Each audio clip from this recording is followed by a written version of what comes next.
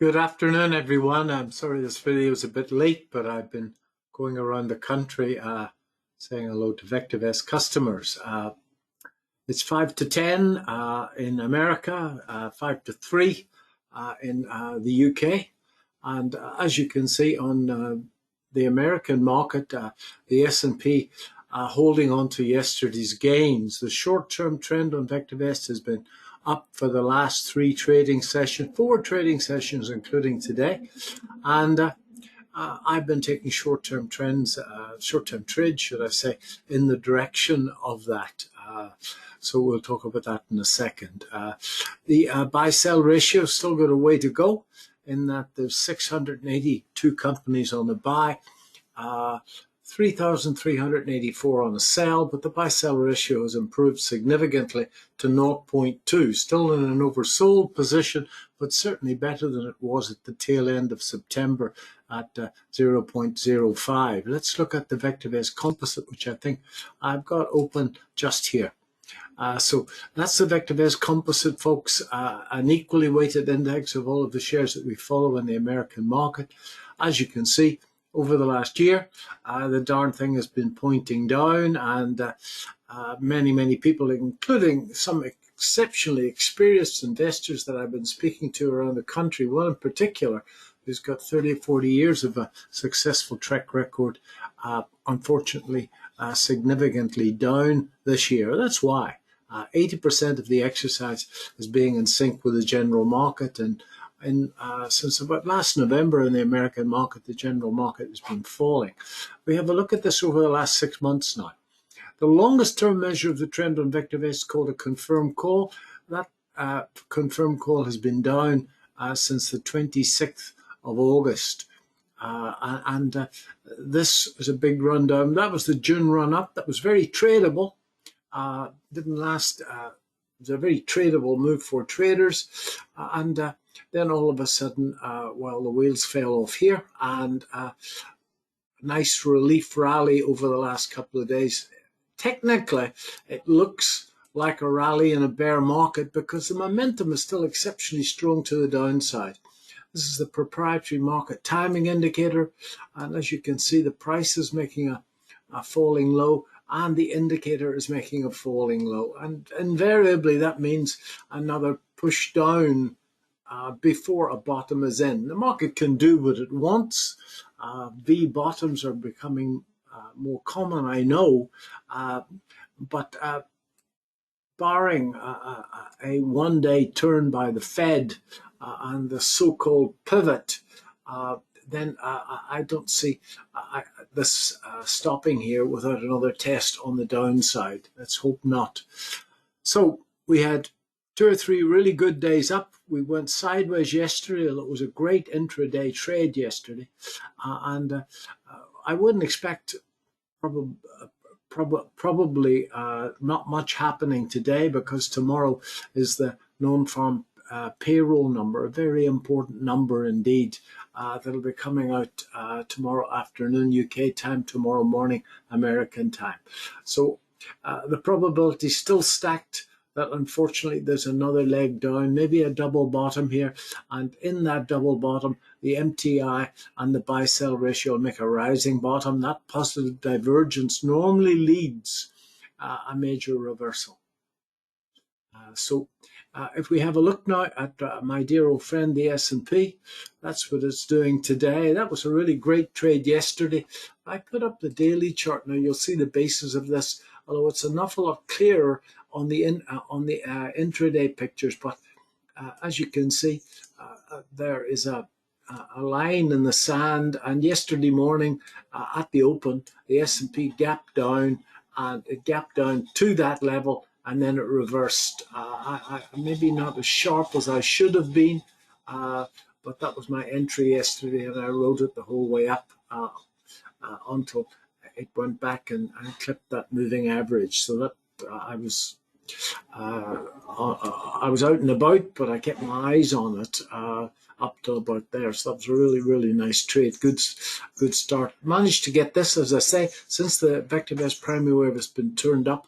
I've been, in fact, taking mostly long trades. Unfortunately, on Monday afternoon, after I spoke to the VectorVest customers in our weekly Q&A, the primary wave on VectorVest was still down. I was looking for, in fact, a short on Monday, but the market turned.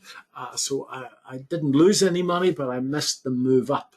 And I found over the last while that if I take my trades in the direction of the VectorVest primary wave, that I get very lucky indeed. And some very good trades here to start the month for me. That was a beauty yesterday as it came back, and this old resistance became support. Much more difficult to see here on the intraday markets. The 24-hour market, really easy to see. So I don't think I'm going to bother unless I see this high going. I'm not sure that I'm going to bother with anything today. Invariably, market sort of sits and goes sideways, runs stop losses. The floor traders have a field day on the run up to non-farm payroll. Still early yet, it's only half an hour into the session, but that's my gut feeling at this stage of the day.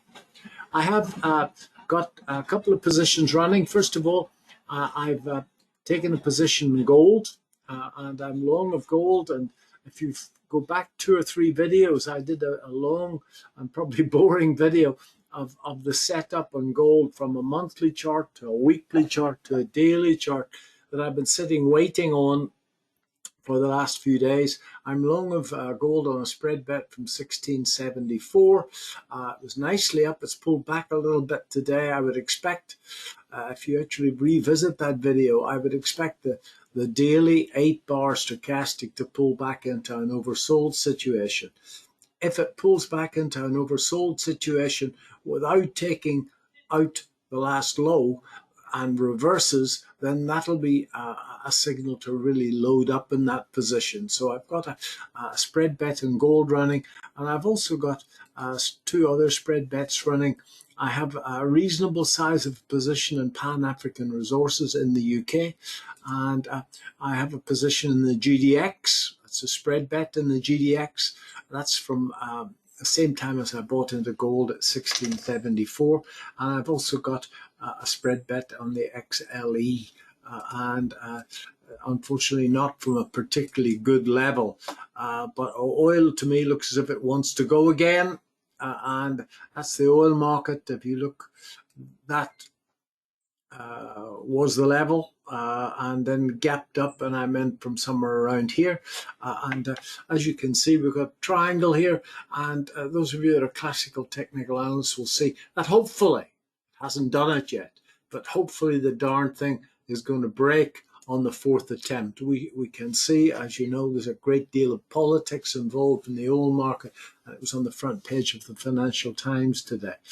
So along with that, who knows what's going to happen next? Always easy to make decisions when you've got all the facts, but when you've got all the facts, there's no money to be made. So making decisions when you haven't got all the facts is the key to the exercise. Those of you that like to read, there's a really good book called Thinking in Bets by a lady called Annie Duke. And Annie she's got a PhD in psychology, and she was an American champion. She is an American champion poker player. Not an easiest read in the world, but a really good read called Thinking in Bets by Annie Duke. And she'll do her best to show you how to make decisions when you haven't got all the facts. I've probably told you before, it's one of the 3 books that I've got on my desk here.